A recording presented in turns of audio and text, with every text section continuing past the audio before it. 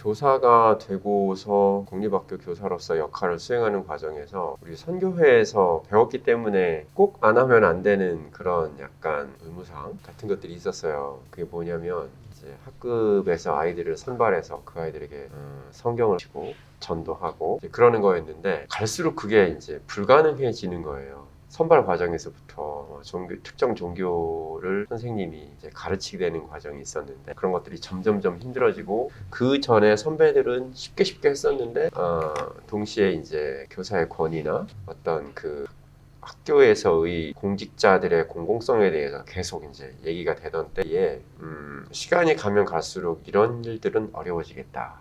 이제 완전 뭐랄까 그야말로 원색적인 복음을 이렇게 아이들한테 제시하고 이런 건 어렵겠다. 그러면 시스템적으로 접근을 해야 되는데 교육과정 속에서 시스템으로 할 수 있는 방법이 무엇일까라는 고민을 하다가 그렇다면 그럴 수 있는 근본적인 대책을 한번 세워보자 라는 논의를 했고 그 과정에서 사실은 뭐 교단 붕괴라든지 사회의 변화라든지 혹은 입시 위주의 그런 약간 경직된 학교 교육 방향이라든지 이런 것들을 문제 삼고 시작을 했는데 쭉 진행하다가 가당할까요? 그게 그 뭐냐면 제도권이 아니니까 공립학교가 이러니까 저럴 수 있는 학교를 만들어보자. 그러니까 이거를 비판하고 나서 그렇지 않은 학교를 우리가 한번 만들어보자. 이렇게 하니까 논리가 안 맞는 거예요. 일단은 이쪽의 우리가 비판하고 있는 것에 대해서 문제의식을 못 느끼는 사람도 있었고 그리고 이거는 개인 차에 따라서 온도가 너무 달랐고 그래서 그 과정에서 저희들이 생각했던 건 교육이 무엇이고 우리가 학교를 세우게 된다면 도대체 근본적으로 무엇을 바꾸고 싶기 때문에 학교를 하려는가에 대한 굉장히 더 본질적인 질문에 대한 대답을 하지 않으면 학교를 세우는 것에 대한 절대적인 이유가 필요했던 거예요. 상대적인 이유가 아니라 제도권이 이러니까 공립학교가 이러니까 뭔가 다른 시도를 해야 한다라는 논리는 듣는 공립학교 선생님들도 너무 싫어했고 왜냐면 우리가 다 공립학교 교사들이었고 이거는 내 발등을 찍는 건데 그러면 그 자리에서 이걸 바꾸면 되잖아 네가 라는 논리가 생기는 거고 그렇다면 이것과 전혀 상관없이 이 상태와 상관없이 절대적인 학교를 새롭게 만들어야 하는 이유를 찾아야 했던 거죠. 그렇게 해서 찾은 게 사실은 기독교 철학이야. 기독교 철학 속에 있는 제자도라는 거 교육적으로 제자도를 해석해 봤을 때 저는 그게 대의를 위해 자기 자신이 희생하고 죽을 수 있는 이 전제가 제자도더라고요. 교육적으로 해석을 해보니까 그럴 수 있는 선생, 그럴 수 있는 학생들이 가르치고 배우는 학교여야 한다라는 첫 번째 전제 조건이 모두가 만족할 수 있는 조건이었어요. 그런 가치가 실현되는 학교. 그리고 나서 그렇다면 그런 제자도를 따르고자 하는 정말로 이타적이면서 내가 나 자신을 낮춰야 할 때 낮출 줄 알고 내가 죽어져야 할 때 죽을 줄 아는 그런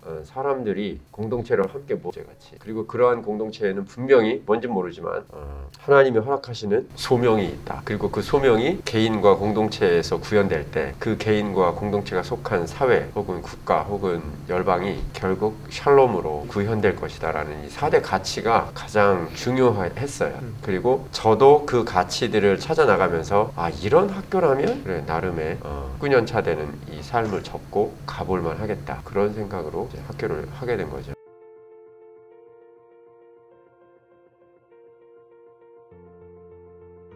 처음에 중액교육 과정은 없었어요. 같이만 있었고 같이만 그걸 어떻게 학교 현장에서 구현하는지에 대한 방법은 몰랐어요. 예도 없었고. 그래서 저희들이 그때 당시 학교 설립이 12명의 별무리 학교 구성원들이 논의하면서 철학분과에서 교육과정 분과를 만들어서 거기서 교육과정을 만들어줬거든요. 별무리 학교에. 그 과정에서는 가치적인 거, 역량적인 건 교사가 끝내자 이렇게 합의를 했어요. 교사가 그걸 다 할 수 있다. 교과교육 속에서 역량을 구현할 수 있고 기독교 세계관이 반영된 교과 교육을 할 경우에는 그게 충분히 다 구현할 수 있다라고 판단했어요. 구호 자체는 교사가 교육과정이다. 이런 구호를 갖고 시작했죠. 그런데 1, 2년 하고 나서 보란듯이 실패했어요. 왜 그랬냐면 그러니까 이게 중액교육 과정을 찾아가는 과정이 교사에게 맡겼더니 잘하는 교사는 너무 잘하는 거예요. 근데 못하는 교사는 또 너무 힘들어해. 근데 그 잘한다의 못한다의 기준도 다 다른 거예요. 네. 수학과에서 이게 의사소통이야 라고 얘기했는데 다른 사람이 생각하기엔 그게 무슨 의사소통이야. 그러니까 결국은 어떤 역량에 대한 기준도 없었고 가치에 대한 기준도 없어서 되게 힘들었죠. 그리고 가치도 이렇게 병렬식으로 이렇게 돼 있었어요. 그냥 순서도 뭐가 먼저고 뭐가 나중인지에 대한 전후 관계도 없었고 학교에서 가르쳐줄 때 과연 무엇을 먼저 가르치고 그 다음에 뭘 가르쳐야 할지에 대한 단계도 없었어요. 그래서 선생님들끼리 논의하면서 찾아가면서 일단 그러면 이 가치가 우리 학교에 맞는지 여부부터 한번 위에서 탑다운 한 거니까 찾아보자. 그래서 찾는 과정을 거쳤는데 과정 속에서 뭘 느꼈냐면 괜찮은 가치다.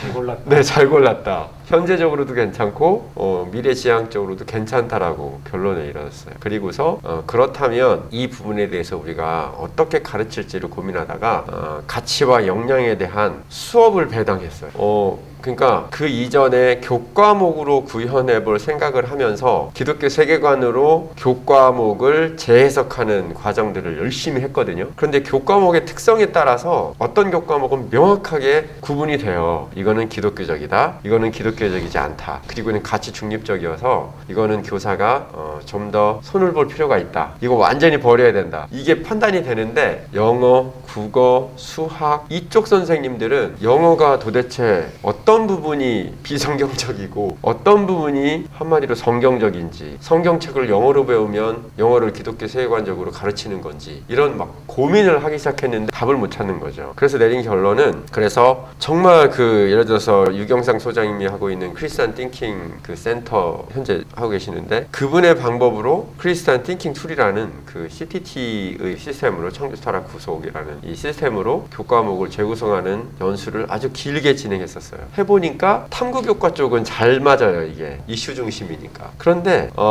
보통 이제 제가 학생 때 배울 때 도구교과라고 하는 언어에 속한 교과는 이거에 안 맞는 거예요. 영어가 어느 시점에서 하나님이 만들었고 영어가 어느 시점에서 타락했으며 영어는 어떤 형태로 구속돼야 하고 완성의 모습은 무엇인지에 대해서 어려운 거예요. 그래서 이것이 갖고 있는 어떤 모듈 형태의 재구성법이었어요. 이거로는 어려웠어요. 그래서 우리끼리 어떻게 정리했냐면 도구 교과는 그 자체가 하나님 창조의 그러니까 크리에이션 itself다. 창조물 그 자체다. 그래서 도구 교과에서 중요한 건 내용의 문제가 아니라 이것을 어떻게 배울 수 있느냐. 결국 페다고지의 문제다라고 생각했어요. 그래서 국어, 수학, 영어 같은 경우는 아주 정선된 페다고지를 잘 적용해서 아이들이 최대한 그것을 잘 이해할 수 있도록 도와주는 것이 결국은 페다고지의 문제와 내용을 건드려야 하는 문제를 구분해냈어요. 그래서 사실은 수학 같은 경우 클래스룸이라든지 혹은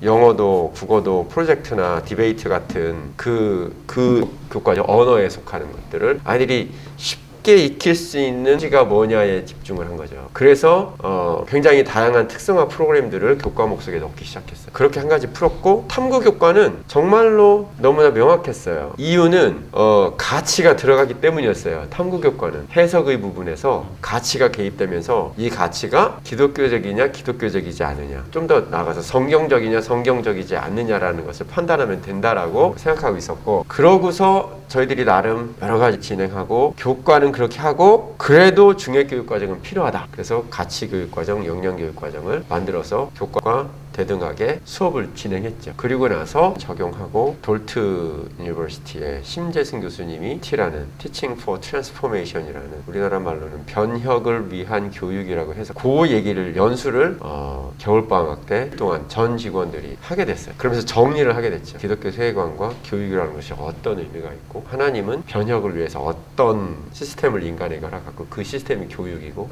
어떻게 교육할 때 아이들의 삶이 바뀌는지 이 부분을 건드려준 거죠. 그리고서 고등학교 과정에서 아이들이 삶으로 도전하지 않으면 도저히 못 배우는 아이들이 고등학생이더라고요. 도리어 초등학교, 중학교 아이들은 굉장히 수용적이에요.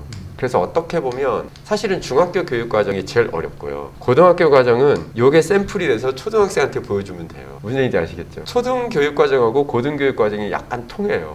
해보니까. 그리고 중학교 교육 과정은 굉장히 독특해야 돼요. 이게. 그렇게 해서 가치 교육 과정이나 역량 교육 과정들을 구성했고 아이들의 발달 단계나 지식을 이해할 수 있는 그 범위, 그리고 어떻게 접근할 때 아이들이 속으로 수긍해야 되거든요. 속으로 동기화가 돼야 되는데 그 과정에서 어떻게 할 때 아이들이 맞네요 라고 하는지에 대해서 역량도 기독교 세계법으로 전달을 해줘야 되더라고요. 그래서 그거를 6 to 12를 이제 만들고 학년이 내려갈수록 통합되고 올라갈수록 분화되는데 결국은 분화됐다가 다시 또 통합되더라고요. 고등학교에서는 그런 것들이 있었고 중학교육과정을 9년차 동안 계속 고민했던 것 같아요. 그리고 이것이 러닝 코어라는 중학교육과정이라고 이름 명명한 것도 그 Teaching for Transformation이라는 그 과정을 연수를 받고 그리고 그 심재승 교수님은 너희 학교에서 이미 하고 있는 것들이 TFT다 라고 얘기해 주셨고, TFT가 이제 변혁을 위한 교육인데 그것이 학교에서 어떻게 구현되고 결국은 우리 학교의 가치와 우리 학교의 역량이 교육과정 구현되는 모습을 실제적으로 어떻게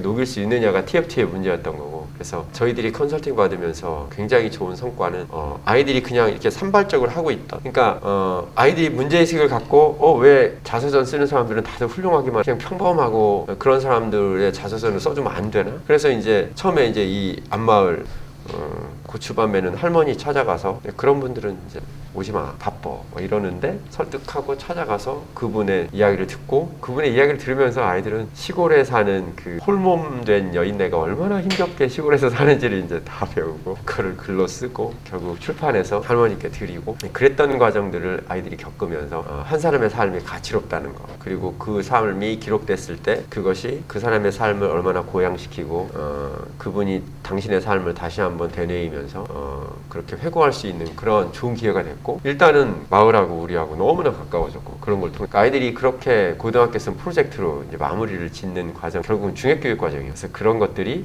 예를 들어서 커뮤니티 빌더라든지 God 워시퍼라든지 하나님께 예배하는 자, 또 크리에이션 케어테이커라든지 창조 세계를 돌보는, 그다음에 보케이션 컬티베이터 같은 소명을 찾아내는 자, 일궈내는 자, 글로벌 커뮤니케이터 같은 어떤 국제적인 의사소통을 할 수 있는 인간들, 굉장히 보편적인 목표인 것 같은데 사실은 기독교 학교들이 이루어야 하는 결국 가치와 역량을 갖췄을 때 기독교 학교에서 이렇게 크더라. 저스티스 시커 같은 정의를 추구하는 자, 이런 어떤 선언들이 있고 이 선언들이 구현되는 모습들이 프로젝트나 자료집이나 본인의 어떤 성취 결과물로 드러나는 것들을 보면서 확신이 들었고, 그런 아이들이 대학 가서 이제 3기가 졸업을 했으니까 애들이 105명이 지금 이제 대학으로 가기도 하고 전공부로 가기도 하고 유학도 갔는데, 이제 뭐랄까 대학의 문화들을 많이 바꾸고 있다라는, 그러니까 뭐 대학이 확 바뀌었다 그게 아니라 그 힘든 뭐 간호학과 간 아이들은 그 힘든 간호학과에서 정말 고등학교 4학년이라고 불릴 만큼 치열하거든요, 간호학과 1학년은. 근데 그 과정에서도 다문화 아이를 만나서 일주일에 1시간은 꼭 빼놓고 그때는 가서 그 아이를 만나주고 케어해주고 진로에 대해서 고민을 들어주고 그 아이가 자기 길 잘 나갈 수 있는 일을 1년 내내 지속하고 있거든요. 어떤 아이는 다른 아이를 만나고 있는데 총학생회로부터 학생회장 제안을 받았는데 이걸 하면 얘를 케어 못한다는 판단하고 미안하지만 나는 이거 못하겠다라고 걔가 이제 거절을 했어요. 그 한 아이를 케어하고 도와주기 위해서. 근데 걔가 뭐 별무리학교에서 막 엄청 뛰어났던 아이냐? 그렇지 않아요. 평범하게 사고도 많이 치고 그랬던 아이거든요. 흡연해서 막 엄청 부모님들 불려오고 막 그랬던 아이인데, 그런 삶들을 아이들이 살아가는 모습들을 보면서 무엇이 쟤들을 저렇게 어떻게 보면 쓸데없는 일인데 그런 일들을 하게 하나라는 생각을 하면서 이 길이 맞다라고 생각하게 되는 거예요. 결국은 중학교육과정 따로 있고 교과교육과정 따로 있지 결국은 이게 다 만나야 되는데, 알고 봤더니 Teaching for Transformation이라는 그 개념에서는 이것과 이걸 연결하는 교육과정이 또 있더라고요. 그걸 코커리큘럼이라고 해가지고 약간 과학적인 용어로 따지면 버퍼 같은 전혀 다른 어떤 화학적 존재가 서로 반응할 수 있게 도와주는 그 역할을 하는 게 코커 개념이, 그런 어떤 학교의 전체적인 교육 과정을 종적으로나 횡적으로 다시 기독교적으로 조망할 수 있는 과정들을 지금도 거치고 있고 앞으로도 해야 돼요. 그런 과정들을 보면서 중학교육 과정이 어떻게 보면 뭐 어떤 기독학교에서는 뭐 산발적인 프로그램들이 중학교육 과정입니다 이렇게 얘기할 수 있는데 그것도 아닌 것 같고, 굉장히 지속적이면서도 체계적으로 학년에 맞게 분포해야